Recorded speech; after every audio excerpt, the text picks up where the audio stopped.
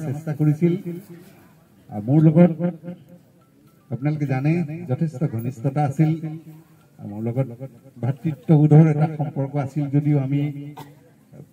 বন্ধুত্বৰ নিচিনাকে বহু অনুষ্ঠানো কৰিলো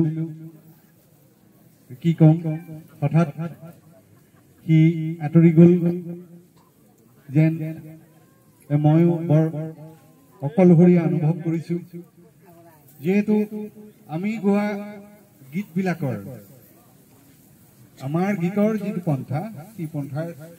আজিৰ সমাজত শিল্পীৰ সংখ্যা দিনে দিনে কমি আহিছে শিল্পীৰ সংখ্যা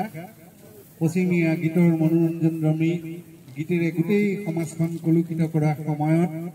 আমি কেইজনমান শিল্পীয়ে মানুহে শুনক নুশুনক ৰাইজে আদৰি লোকে বা নলকে আমাৰ কবলগীয়াখিনি আমি গীতেৰে প্ৰকাশ কৰি গৈছিলো বহুজনে আদৰি লৈছে বহুজনে কেতিয়াবা উপহাসো কৰে সেই উপহাসক আমি আশীৰ্বাদ হিচাপে লৈ আমাৰ কৰণীয়খিনি কৰি গৈছিলো জাতিটোৰ বাবে দেশৰ মানুহৰ বাবে জাতীয়তাবাদৰ ধ্বজা উৰুৱাবৰ বাবে কি কম মই বৰ আৱেগিক হৈ গৈছো এই সময়ত কি অকলশৰীয়া কৰি গ'ল যেই নহওক তাৰ আত্মাই চিৰশান্তি লাভ কৰক এইখিনিকে কামনা কৰিছো আৰু শেষত আমাৰ মহেন্দ্ৰ হাজৰিকাৰ মোৰ লগত বাৰে বাৰে যোগাযোগ কৰি আছে তেওঁ আহিব নোৱাৰিলে শাৰীৰিক অসুস্থতা লগতে গুৱাহাটীৰ পৰা ভালেখিনি দূৰ হৈ আহি নাপাবহি অকণমান টেলিফোনতে অকণমান কথা ৰাইজক তেওঁ শুনোৱাব খুজিছে মই বাৰ্তাটো লগাই দিব